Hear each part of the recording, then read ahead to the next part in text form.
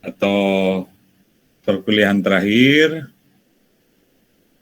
kita akan membahas tentang peradaban Islam di Indonesia pada periode modern.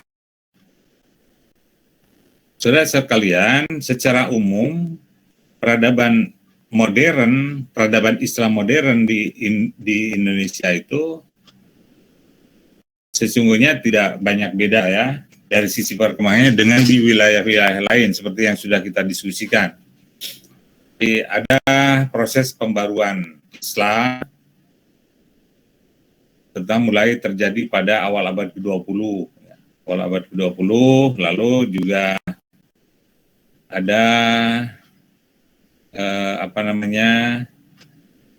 corak-corak keislaman dari proses pembaruan itu yang berubah.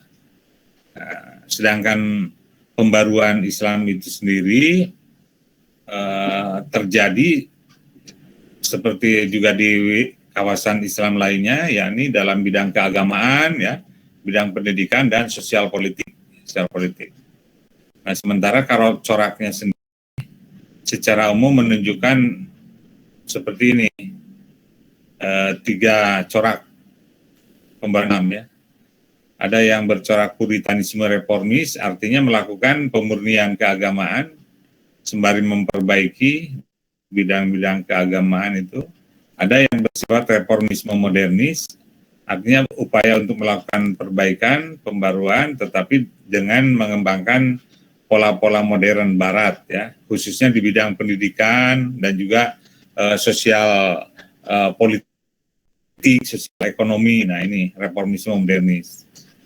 Tapi ada juga yang bertahan dalam perbaikan dengan sistem tradisionalnya, maka disebut reformisme tradisionalis. Nah, corak-corak pembaruan peradaban Islam, baik pada segi pemikiran, baik pada segi keagamaan, segi pendidikan, dan lain sebagainya itu berlangsung sejak awal abad ke-20 dan dilakukan atau berkembang melalui gerakan-gerakan sosial keagamaan. Apa yang biasa disebut sampai sekarang bisa melalui ormas-ormas keagamaan, ya. Ormas keagamaan. Apa saja ormas keagamaannya? Nah, ini dapat kita lihat dari corak-corak pembaruannya itu. Nah, jadi misalnya ini yang puritanisme reformis, yakni orientasinya melakukan pembaruan dengan memurnikan aspek-aspek keagamaan khususnya bidang akidah dan ibadah yang terbebas, ya, dari pengaruh kepercayaan dan adat masyarakat lokal. Misalnya di Sumatera hal itu dilakukan oleh kaum muda. Siapa kaum muda? Yakni mereka para ulama, murid-murid Syekh Ahmad Khatib dan organisasi keagamaan seperti Sumatera Tawalib. Di Jawa juga berlangsung atas kepeloporan para ulama seperti Muhammadiyah, ya, dipimpin oleh Kiai Haji Ahmad Dahlan, Al-Irsyad dan juga Persis. Seperti itu. Kemudian yang corak berikutnya yang reformisme modernis. Nah, ini lebih concern pada pembaruan sistem pendidikan, ya. Sistem pendidikan, kemudian juga bidang sosial, dan model pembaruan aspek-aspek peradaban tersebut dilakukan dengan meniru perkembangan kemajuan Barat, ya, khususnya waktu itu di Indonesia yang ditunjukkan dalam proses kolonialisme Belanda, ya. Belanda akan menawarkan sistem pendidikan modern, lalu diikuti juga oleh masyarakat Indonesia waktu itu, termasuk juga oleh gerakan-gerakan keagamaan Islam, ya. Nah, yang menonjol dalam hal ini adalah terjadinya pembaruan bidang pendidikan, misalnya dilakukan oleh Sumatera Tawalib, ya, organisasi pembaru di Sumatera Barat, ya. Lalu oleh Muhammadiyah sendiri. Sampai sekarang jejaknya kita masih lihat, ya, Muhammadiyah bagaimana dengan pengembangan pendidikan modernnya itu hampir di setiap pelosok negeri ini di Indonesia ada, ya, Muhammadiyah. mulai dari tingkat TK ya sampai ke perguruan tinggi selalu menunjukkan peranannya dalam proses pendidikan itu. Itu terjadi sejak awal abad ke-20, berdirinya Muhammadiyah 1912 ya. Tapi pesatnya perkembangan pendidikan Muhammadiyah ya sejak kemerdekaan khususnya ya. Lalu Al-Irsyad ya, Al-Irsyad ini organisasi pembaru yang dipimpin dan didukung oleh komunitas orang-orang Arab di Indonesia. Lalu ada Persis, kalau Persis namanya Persatuan Islam ya. Persatuan Islam itu organisasi pembaru yang banyak berkembang di wilayah Jawa Barat. Nah, sementara itu dalam bidang sosial, termasuk juga politik, proses pembaruannya dilakukan antara oleh Syarikat Dagang Islam, SDI, dan Muhammadiyah ya. Sedangkan khusus di bidang sosial politik banyak ditunjukkan oleh gerakan Syarikat Islam. Juga partai-partai Islam lainnya seperti PSI, PERMI, MIAI, dan sebagainya. Kayak itu. Baik, nah ini yang sifatnya reformis. Jadi secara garis besar itu aja Anda patokannya ya, pedomannya. Ada yang sifat reformis modernis, nanti lalu lihat di dalam organisasi-organisasi yang ada. Nah, kemudian ada yang gerakan pembaruan tradisionalis, yakni kita menyebutnya sebagai pembaruan juga ya, hanya dengan cara yang mereka tunjukkan, yakni didasarkan pada pemikiran atau lebih banyak berkembang di lingkungan masyarakat pedesaan dan pesantren, didasarkan pada pemikiran untuk memperbaiki pendidikan dan sosial dengan mempertahankan dan memodifikasi sistemnya yang tradisional. Jadi mereka sudah punya lembaga tradisional seperti pesantren, kemudian lingkungan masyarakatnya, khususnya di masyarakat pedesaan, ya itu tetap mereka pertahankan sistem itu, tapi juga ada perbaikan di sana sini, ya. Maka disebutlah reformisme tradisionalis. Kemudian khusus di bidang pemikiran keagamaan, ya kalangan ini mengikuti paham Asy'ariyah di bidang akidah, di bidang syariah mengikuti mazhab 4 ya. Meskipun yang lebih dominan berpengaruh di Indonesia ini adalah Syafi'iyah ya. Dan di bidang tasawuf mengikuti pemikiran Junaid al-Baghdadi dan sejumlah tarekat yang diikuti.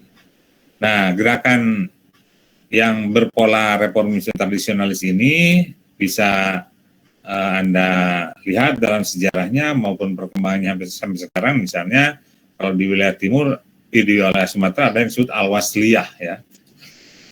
Lalu ada PERTI, Persatuan Tarbiyah Islamiyah, itu di Sumatera. PERTI di Sumatera Barat, Al-Wasliyah banyak berkembang di Sumatera Utara. Lalu Persatuan Umat Islam, PUI ya, Jawa Barat nih banyak berkembang. Dan Nahdlatul Ulama di seantero Jawa, bahkan sekarang menyebar seluruh di Indonesia ya, banyak penyebarannya.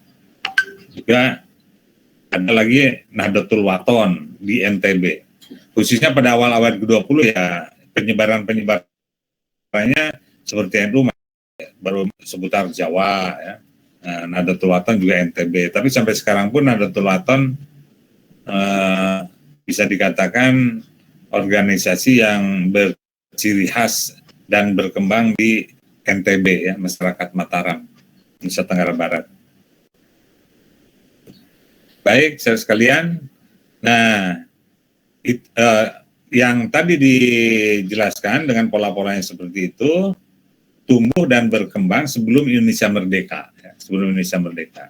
Ya, dari masa kolonial Belanda awal abad ke-20 sampai masa Jepang lah, masa Jepang. Nah, untuk masa-masa selanjutnya, terutama setelah Indonesia merdeka, sebetulnya gerakan-gerakan keagamaan yang menjadikan wahana di dalam pengembangan peradaban Islam masih tetap kan, kita lihat sampai sekarang ya. Hanya mungkin cara, metode, serta usaha-usaha yang dilakukannya yang berubah ya, atau berkembang ya.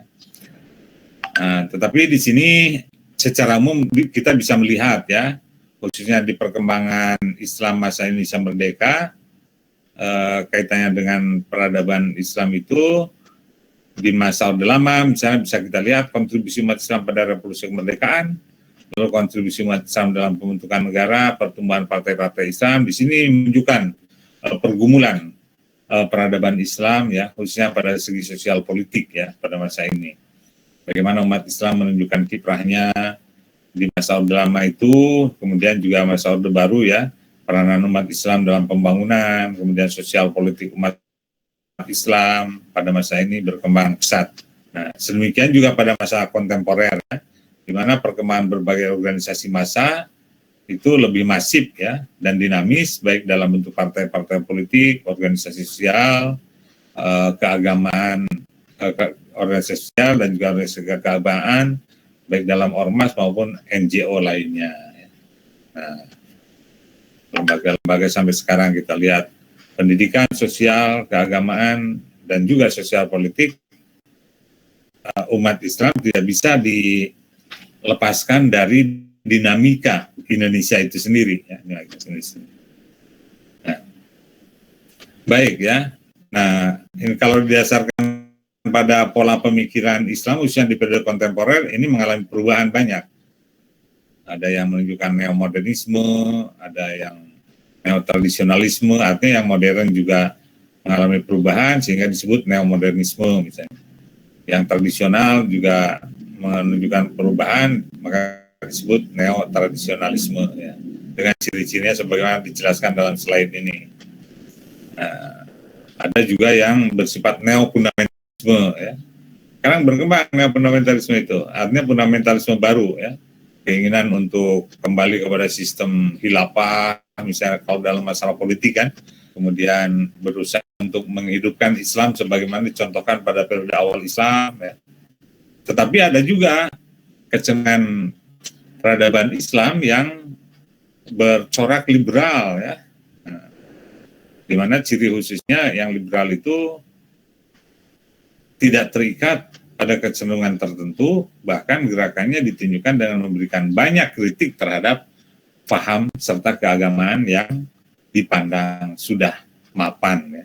Jadi di masing-masing ormas tadi misalnya, ya terdapat juga kelompok yang disebut liberal itu.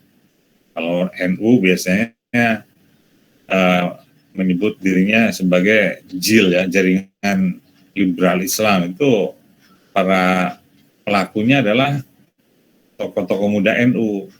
Kalau di Muhammadiyah juga ada yang namanya JIM, ya, Jaringan Intelektual Muda. Nah, ini di masa kontemporer, masa terkini, ya. Nah, ini contoh pemikirannya, ya. Ini bisa menjadi bahan bacaan Anda. Kalau peradaban khususnya dilihat dari sisi intelektual, ya, perkembangan pemikiran. Penting untuk Anda pahami juga. Baik, saudara sekalian, nanti untuk literaturnya khususnya di periode modern ini Anda baca nih, ada Delar Nur, Gerakan Modern Islam Indonesia, ya. Banyak literaturnya yang bisa Anda baca. Ada Muhammad Branda, tokoh-tokoh Muslim Indonesia kontemporer, ya. Kan kontemporer, ya. Nah, Korver, ya, Masyarakat Islam, Gerakan Adil, Al-Wisya, Muhammadiyah, Mendung Asosiasi, Warga Spirit tentang Persatuan Islam, tulisan saya dan teman, Subisme Nusantara, Sejarah Pemikiran dan Gerakan, Fahri Ali dan Bahtiar Emri, Merambah Jalan Baru Islam. Kemudian Juli Qadir, nah ini Islam liberal. Silahkan Anda baca buku-buku ini. Ya, boleh ngutip dari sumber-sumber online misalnya, tapi usahakan jangan hanya ngutip begitu saja, ya. Anda sendiri ikut sambil memahami. Nah, kalau sudah paham baru dituangkan dalam ringkasan makalah itu. Tidak hanya memindahkan begitu saja, sementara paham tidak. Baik, ya. Itu saja saudara sekalian untuk sore ini. Terima kasih atas perhatiannya. Kita akhiri bersama dengan membaca hamdalah. Alhamdulillah. Alhamdulillah. Kalau saya lihat peserta partisipannya turun naik, kita maklumi karena sinyal mungkin ya. Iya Pak, mungkin sinyal Pak. 41, seharusnya kan 41, berarti 42 dengan saya seharusnya. Ini sekarang 38, tadi pernah sempat 40. Ya udahlah, ya karena kondisinya seperti ini, maka kita hitung hadir saja semua ya. Ya. Iya Pak. Baik Pak. Assalamualaikum warahmatullahi wabarakatuh. Waalaikumsalam warahmatullahi wabarakatuh. Terima kasih Pak. Terima kasih Pak. Baik. Terima kasih Pak. Sama-sama.